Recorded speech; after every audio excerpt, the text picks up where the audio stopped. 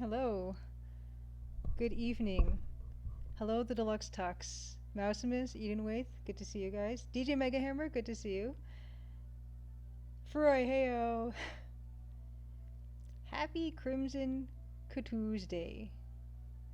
Yeah, Froy, this is that makeup palette I showed a couple streams back. Last time we did a dance stream actually, and I love the iridescence.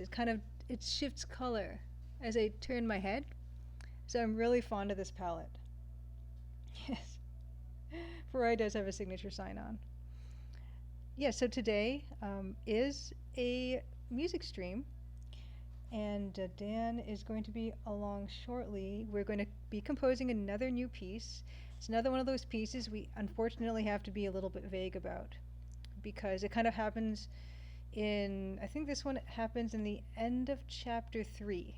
And so it's not really something anyone's seen yet, except Dan. I sent Dan a little clip. But all I can really say, well, we'll talk about when we get to it, but we'll give you a basic outline. Oh, good. Anyway, speaking of the MT32, you have a question for Mr. Daniel. Cosmic Void 3, good evening. Yeah, save your question, Edenwaith. Yeah, Dan will be on in about half an hour or so. Before we get there, oh, it makes you think of Sapphire Star Gem, the shifting star. Yeah, it's a beautiful, really, really cool palette. So at this point, I can break down the box and recycle it because I like to keep boxes until I'm sure I'm keeping something. And I'm pretty sure I'm keeping this thing because it's beautiful. Sting1 JP, hello there. Good evening. I remember you said you got a frozen pizza last stream. I'm wondering what you're going to get for a meal today. Or if you have something you're cooking or something, whatever. But I love hearing about Kombini food. And the earrings, yeah, I like these earrings a lot. And so I mentioned just now on Twitter that I'm going to be sharing some Adventure X photos that I had last year. Adventure X happened just about this time of year last year, maybe last week, the previous weekend. But Adventure X is a narrative game event and a showcase in London, England, at the British Library. And I was fortunate enough to be one of the 25 games that got to showcase there last year. And it was my first time in London, and this pair of earrings was one of my souvenirs that I got from there. So I'm going to show just a few pictures from that today. Deivor. Hey, hello, Deivor. And all of the semicolons are due to the cat. Totally understandable. Oh, cool. Okay, so Sting1, you are at the office today. You grabbed a sandwich. What kind of sandwich? I like to know food details. I don't know why, I just do. Whenever Dan does a gig, when he's working, playing at an event or something, I always ask him, well, what kind of food did they have? Did they give you the food? And what kind of dessert was there? And I don't know why, I'm really interested in that. Let's see. Dev update. Jim plays games, good to see you. Happy Crimson Tuesday. Dev update. So yeah, Chapter 4 is moving along. Just yesterday I finished animating and coding another sort of sequence that happens in the game, which is really cool. I still have to plug in some dialogue into 2 of the sequences, but I consider it pretty much that section of Chapter 4 pretty much finished. So next week, for sure, I'm starting the last section of Chapter 4, and maybe even before the end of this week. I'm hoping before then to have this section that I'm working on right now and being able to move onto something new, which is going to be really cool.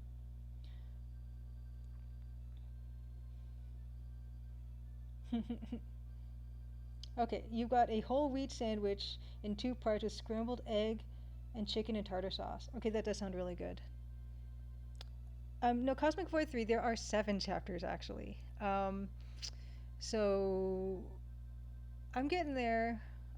But I've been saying to people that the game is going to be launching next year sometime, and I hope that it will be, but we'll see. We will see what happens. That's my hope. Yes, 7 chapters. But yeah, when I'm thinking, okay, I'm almost finished chapter 4, so I have chapter 5, 6, and 7 to go. That's like 3 more chapters. It's a lot of chapters to go. But we're getting there. Thank you, Jim Plays Games. Predicted game launch date, not an exact science. Exactly. Okay. So let's see. I have a few things. So, first, what I'm going to do is I am going to, I suppose I'm going to introduce myself to anyone who happens to be new to the stream. If you're new, welcome. If you're a lurker, welcome. If you're a regular, welcome. I'd love to see anyone come in here and just hang out because it's a lot of fun. I am Julia Minamata. I'm a solo indie game dev, and I'm making the Crimson Diamond, which I've been streaming the development of, the music side with Dan and the art side just by myself, since about, when is it, March, February? Something like that. We do it once a week on Tuesdays, and it's a lot of fun, and it's a great way to share what we're doing. Although, because it's a narrative game, it's kind of tricky to share game art that is not in the demo, so I've been just redoing some intro art, or sometimes we'll do EGAD makes. And I actually have a couple EGAD makes that are not new, but I didn't have them prepped on this particular OBS. So I'm gonna just show those really quick for anyone who has not seen those EGAD makes.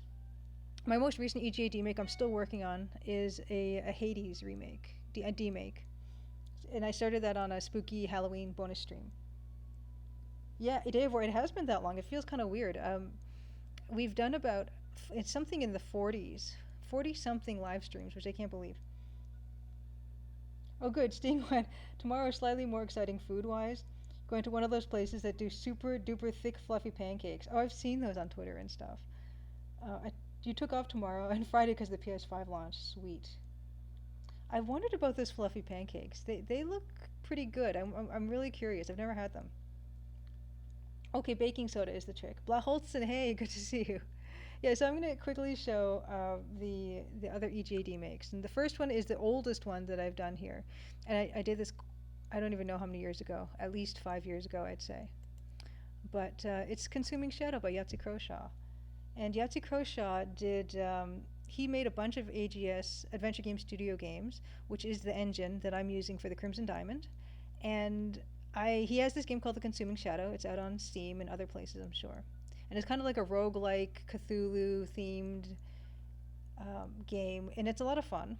And I decided that I was going to do EGAD makes of it. And so here's the first one. I did a few more than I'm actually going to be showing, but I think the game's really cool. I wanted to EGAify it. And I'm a big fan of Yahtzee's because he did do a bunch of adventure games, including a text parser game, and so that's super inspiring for me. Oh, good. Glad you like this one, Blaholtzen. I like doing that car interior. And this one is another one. So you kind of explore through office buildings or warehouses and things, and you can find different stuff. Oh, Jim plays games. You play this series as well? Yeah, I really like it, and I like his the Dev Diary series he's doing on Escapist. I've been really enjoying that, watching him talk about game design stuff. Ooh, okay, so Furo, you've been watching The Lighthouse. I've been wanting to see that, actually. It looks really striking. And this one is kind of like a town overview screen, although I basically took an illustration I did for Maclean's magazine that had a townscape, and I kind of just redid it to kind of fit this format. So I didn't completely draw this whole townscape just for their EGAD make. I just happened to have something on hand I could modify. And yeah, I think that's all the ones that I've got showing here. Yeah, I had it was like this piece with this English town, and so I did the EGAD make thing, and it worked out pretty well, I think. Although I think it did for whatever my purposes were. Yes, the darkness is that cyan. Oh, thank you guys. So that's one of them, and then the other one I mentioned. This is a lot more recent. Was this Animal Crossing one, and from beginning to end, and it's just a fun way to kind of show how that breaks down and the steps that are associated with it, kind of making it low resolution and pumping up the hue and saturation, brightness, whatever, and getting into some dithering. And this kind of really cycles through quickly. I'm sorry about that. I think I had a better version where I made it cycle through slower. But I like some of the dithering choices. In the far left corner, there is this. You get a green and a red dither, which somehow works, and it doesn't usually. But there we go. that's that. Oh yeah, so yeah, I interrupted myself introducing myself.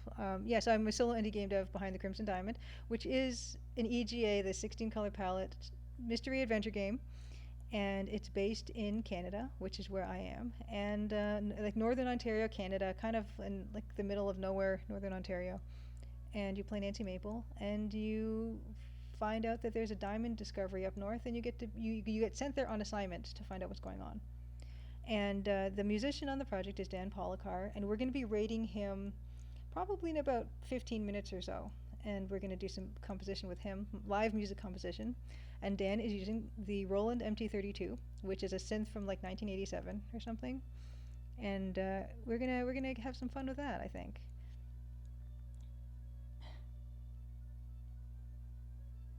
Oh, cool. So, oh, Jim plays games. There's a plugin for Photoshop that saves a snapshot of the image every X minutes. Cool. Huh. Does it work with the Photoshop CS2? Okay, I'm gonna roll the trailer now. Let me turn off these beautiful tunes and quickly roll the trailer, just to show what that is. And we will, after that, we will show some. Yeah, we've come to the point where I'm showing vacation photos now, but I feel like because it's from Adventure X, then it's kind of related. So let's roll the trailer. Crimson, Ontario was once a prosperous, lively mining town. But that was a long time ago. Now it's quiet, nearly deserted, and some folks aim to keep it that way. Nancy Maple is an aspiring mineralogist assigned to follow the trail of a dazzling diamond. An intriguing cast of characters has converged under one roof, each meaning to get their own way. Or else. Will Nancy untangle the mysteries and machinations before it's too late? Will the sleepy town of Crimson shine once more? Find out in The Crimson Diamond, an upcoming adventure game by Julia Minamata. The Crimson Diamond demo is available on Steam and itch.io for Windows PC and Mac OS. Okay, so that was the trailer, and I had something to say about that, but now I've completely forgotten. It's okay. Okay, so next. We're gonna go into some Adventure X photos, I think. Oops, sorry. I don't know what else I can say about Adventure X. It was awesome. It was really awesome to meet a lot of people in person, and just being in the international kind of narrative game dev community was really cool, because I got to meet people from all over the place, and people who have worked in Adventure Game Studio as well, and some familiar faces, I hope. And yeah, let's see if I can figure this out. Let's see. It would be in art show. Okay, great. So.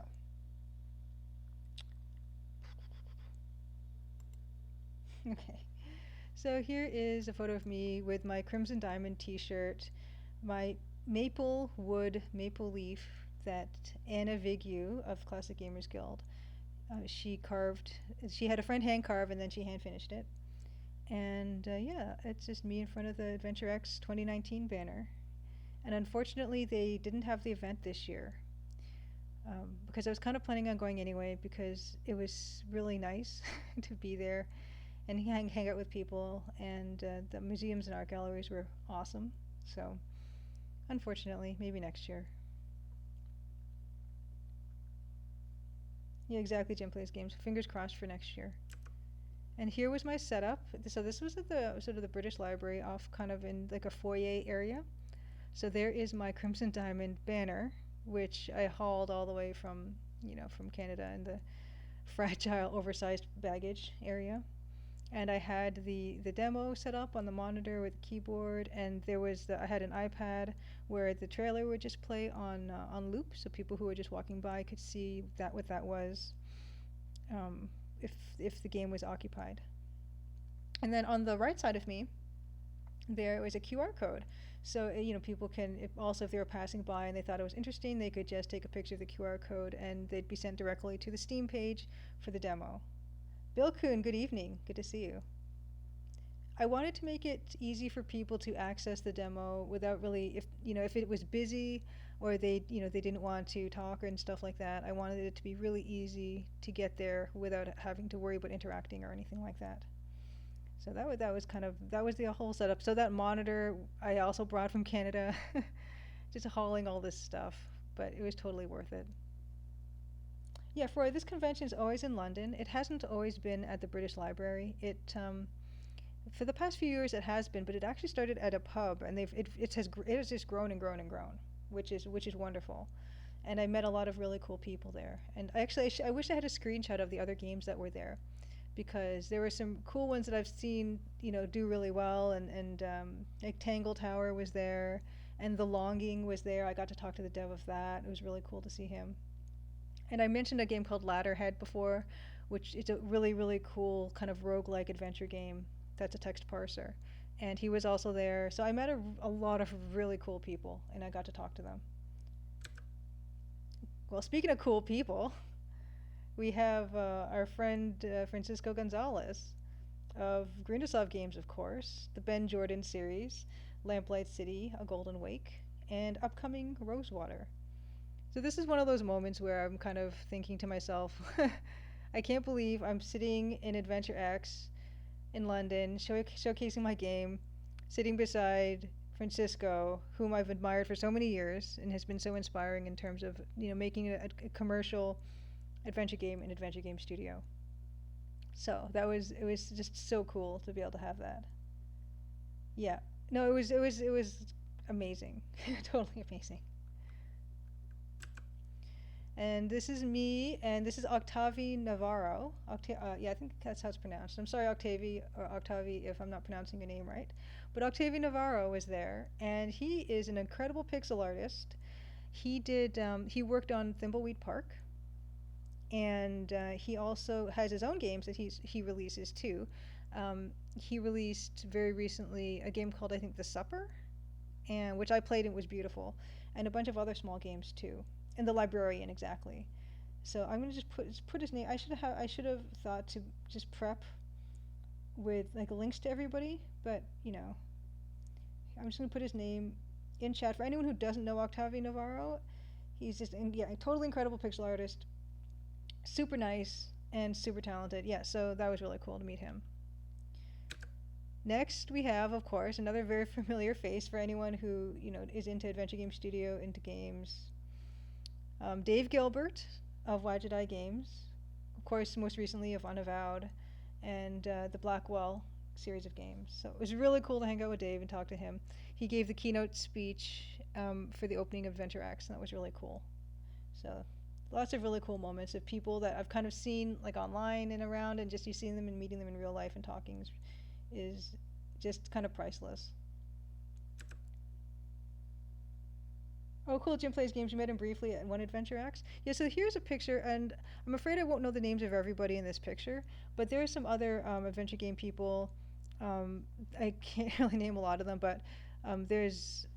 Actually, I don't think you can see my cursor. Oh, you can see my cursor. Okay. Yeah, so this is Alex, and I forget his game that he made. This guy, he's done Inspector Waffles, Golasso Games, has done Inspector Waffles, which was also showing that year.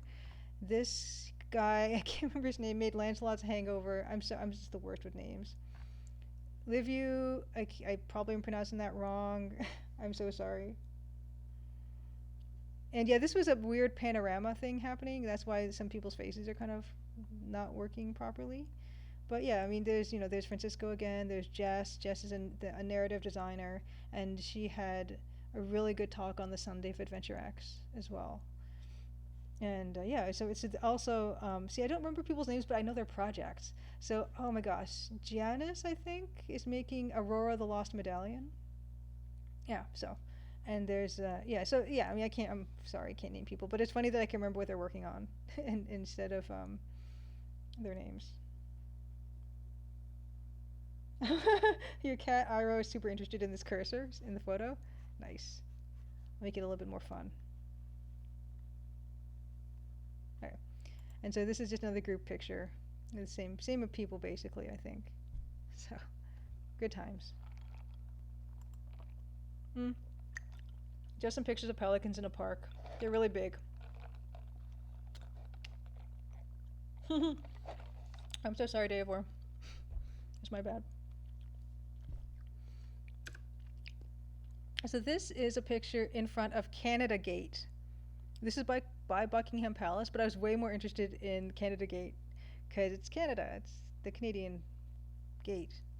And so there's me in front with my maple leaf necklace, and the gate is actually really cool. Canada Gate. No, Jim plays games. It's not a scandal as far as I know. It's just a really pretty gate. Oh, Blaholzen, you've been here? Look at that. Look how fantastic that is. Now, Canada Gate is it's a scandalously beautiful gate. Let's just say that. And there it is. It's got Canada right on there. It's got some shields that I should know which ones those are, but I don't. But fun times. You need an EJD make of Canada Gate? That's doable. It's way too much detail, I think. And here, so London has a bunch of really high-end jewelers, and they actually use a lot of like colorful gems, which I really enjoy. I enjoy them more than like the clear colorless stuff, which is why I kind of gravitate toward like emeralds and rubies and all that kind of thing. And so this was a really cool piece that I saw in a shop window. The Canada Water Station in London? I don't think I saw that, Mouse Miss. Holy cow. And then, yeah, you look at this stuff. This is just, hanging in a window. Look at the size of these amethysts. The color is so incredibly rich on these, Richard Ogden. Super fancy jeweler, Richard Ogden. But yeah, I feel like we don't see this kind of jewelry in Canada. I talked to, when I was in Boston for PAX East, I went to this Jewelers Exchange building, and I actually talked to a jeweler guy there because I wandered into the building. And he said that, yeah, it seems like in North America, everyone's focused on diamonds and colorless diamonds. And it tends to be in like UK and in Europe, people love more colored stones, which I love more. Yeah, the bug is really, look at this thing. It's like an opal body. Beautiful, beautiful piece. And I don't know, I don't think it has the price on it. One of those things is if you have to ask. Yeah, okay. And here, look at this. This is the emerald necklace in a setting that is not that traditional and in shapes that aren't that traditional. Dan, good to see you. Skeevy Wonder, good to see you. Good, Dan. Okay, so Dan's here. Oh, 5 minutes. Well, time went by fast. I'm gonna have to go. Oh, you know what? Okay, Dan, after the photos, we're gonna get to rating you. Are you live? Anyway, we're gonna get through these. But yeah, usually emeralds, there's a cut of gemstone called emerald cut, which is basically a rectangle, which is how most people consider emeralds when they think of emeralds. But look at these things. They're these beautiful cabochon, like dome shapes and drops. Oh, it's gorgeous. The color is gorgeous. There. And this is just more ornate stuff. Yeah, I love looking at the stuff. I love the colors, everything like that. Yeah, I'm just showing people, Dan, this is what it's come to for show and tell. I'm just showing people, ooh, look at the size of that thing. Ooh, emerald and ruby, maybe? I'm just showing people vacation pictures now. That's what we have become here. And this is in a garden, some nice little garden place. Yeah. And this is fun. So in North America, it's called Where's Waldo. So it was kind of fun to see in the UK bookstores, it's called Where's Wally. There's nothing else interesting about that. I just found it interesting. Yeah. Where's Wally? Exactly. And in the similar vein, they had Cluedo, which is what non-North Americans call Clue. But this is the Charlie and the Chocolate Factory version, which, man, I should have taken a closer look at that because that's actually really cool. And it's kind of, so I guess what does Willy Wonka get murdered in this version? I don't know, but it's just really cool. Yes, yeah. Jim plays games. American friends lost their minds when they heard about Where's Wally. Yeah. Yeah. This is okay, and this I just really like. So this was in I think Harrods, and I just liked how they made the escalator area really ornate and it kind of looks Egyptian. So it reminds me of Dagger of Amun-Ra. Look at this. It's really gorgeous. And this is for the escalator area. It's just really super fancy and nice. Oh, Blade Runner. And also there was a science themed high tea, or I don't know if I can't remember the difference between high tea and afternoon tea. Um, but yeah, so went to tea. So my sister came with me to help out with the table at Adventure X, and we stayed a bit longer, and we got to do some fun stuff. So this was a cool, whatever dry ice planets and little astronauts and really cool little high tea, afternoon tea, whatever the difference is. Jim, what's the difference? Jim, do you know the difference? Amberzine, good to see you. And so this is, I show these because I found these beautiful beaded necklaces while I was when I was in London. So this is one of them. And then here is another one of a similar vein. And here is another one. And I really like that style of necklace, but I didn't end up buying any of those necklaces because I thought, hey, I can make one at home. And so, hold on, let me switch scenes. What's the shortcut for scene? Okay. So I did, and I'll show it. That's fine. Here. So I did make one that kind of looks like that. Oh my gosh. Let's try this. Okay, so thank you for if it's 420, it's high tea. So, oh, you can't even see it. But anyway, I made my own collar necklace looking thing. I made it too long actually, which is kind of sad. But yeah, so I took pictures of them, and I figured I would make my own, which is what I did. And the dangling beads here are labradorite beads that I've attached. That might look a little sloppy. I might remove those, but yeah, I did wire wrap on labradorite beads. And I plaited a bunch of strands of seed beads. So I did end up making my own.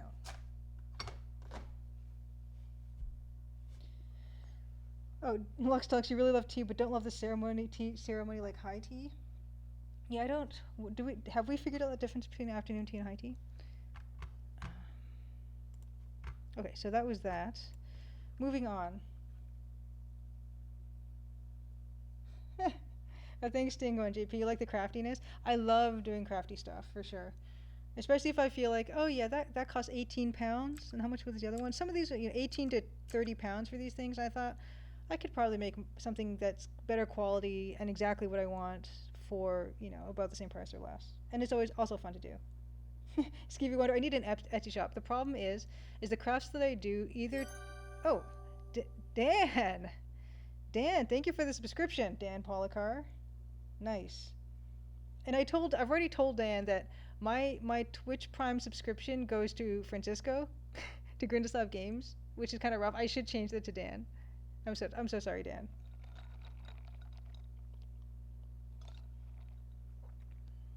Okay, next. This is the British. I don't see some of the museums. It's hard to name them. This is like the British Museum or the British Museum of Natural History, something. But this was great because with the Crimson Diamond, I love me some rocks, and they had rocks for days. It took me like 3 hours to get through the room with all the display cases. So I will also show that. And I'm sorry, Dan, we're going long, like I usually do. Sting1 JP, well, thanks for the gift sub. I really appreciate that. Hold on, give me 1 second. Okay. Hey, PETA, AKM, good. Thank you for the follow.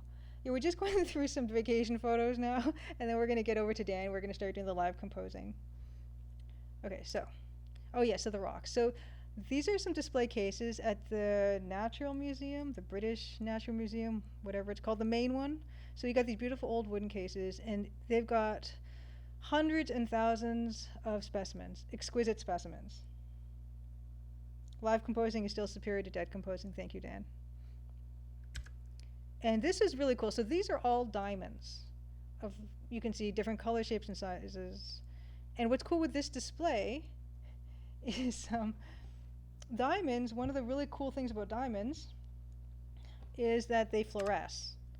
So you can press this, you can press a button or whatever, or it's switched on and off, and you can see how diamonds are will fluoresce under certain kinds of light.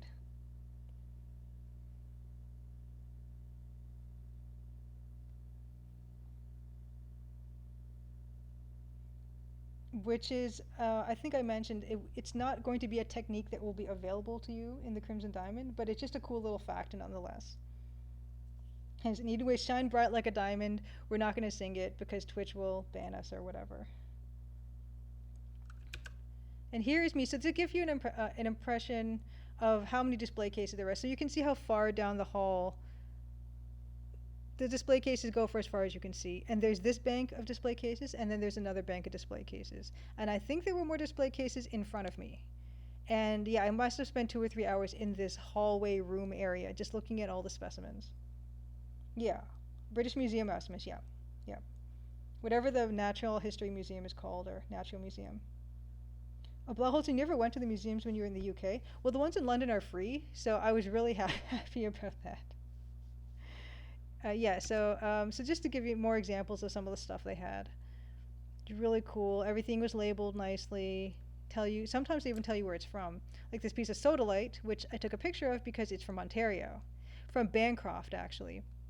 And another thing I didn't get to do this year that I wanted to was there is this jamboree in Bancroft, Ontario that's been happening for like 50 plus years. And I really wanted to go this year, but current situation, etc. I don't think it happened, and if it did, I wouldn't have wanted to go. Oh, you were there in October 2019, Maximus, so you were there nearly around the time I was. Although I was like October, November type of thing. Yes, soda light. Soda light, exactly. Bolholtzen, thank you. Sugar free. But yes, Bancroft. It was really cool to see a rock from Bancroft, Ontario, because that's a place I do want to go to eventually. And look at this. Look at this piece of malachite from Russia. Look how bubbly. It's it's really cool. Like, so they didn't even have just typical specimens. They had like weird versions of specimens. Yeah, this blob of malachite, a botryoidal mass. Yeah, I have no idea how that happens, Blaholtzen. And this is a shot from the Victoria and Albert Museum. Just a beautiful place. So this has been their silver area. And again, there's so much stuff. I went to the Victoria and Albert Museum twice because I could not get through it all, and I still haven't. Jim plays games. What mineral grows into perfect cubes? Bismuth may. Well, salt is kind of cubes as well, sometimes. And of course, I had to have at least one traditional English breakfast. I only had it once, actually, though. And what we have here, this was actually really cool to see. It actually did blow me away to see the Rosetta Stone. Not just because of Dagger of Amon-Ra or anything. It just really, I don't know. There's no words for it, really.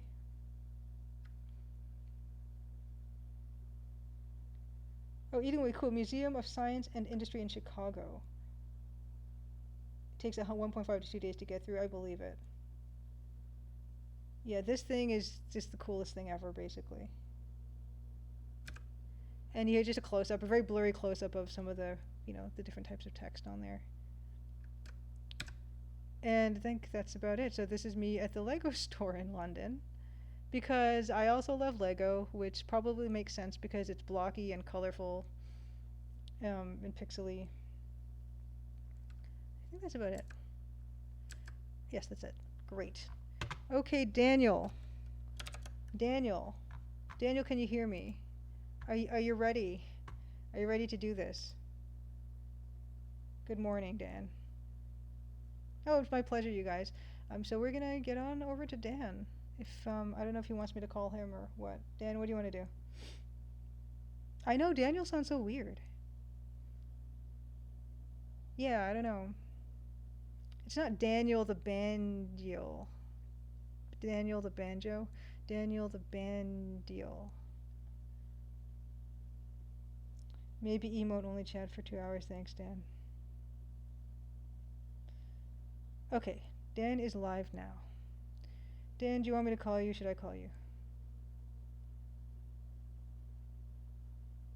Hey, Anna, good to see you. We're just about to raid Dan. I guess I should. Don't call us. We'll call you. Thanks, Dan. Okay, I'm going to set this up to raid, guys, and then we're going to get into some live music. Live music composing, and maybe Dan will show something from his wonderful collection of things. But yeah, I'll set this up to raid. So thanks, everyone, for coming, and we're going to pick this up real soon.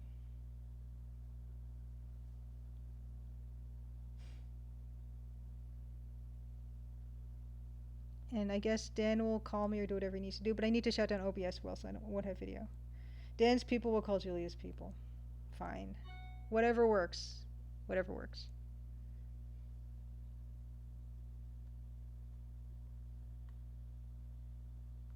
Great. Probably not. Dan can't possibly have more things. See you guys there. It looks like we've caught everyone. I'm just gonna push the button, the big purple button that says raid now. And I'm gonna shut the OBS. So I'll see you guys there.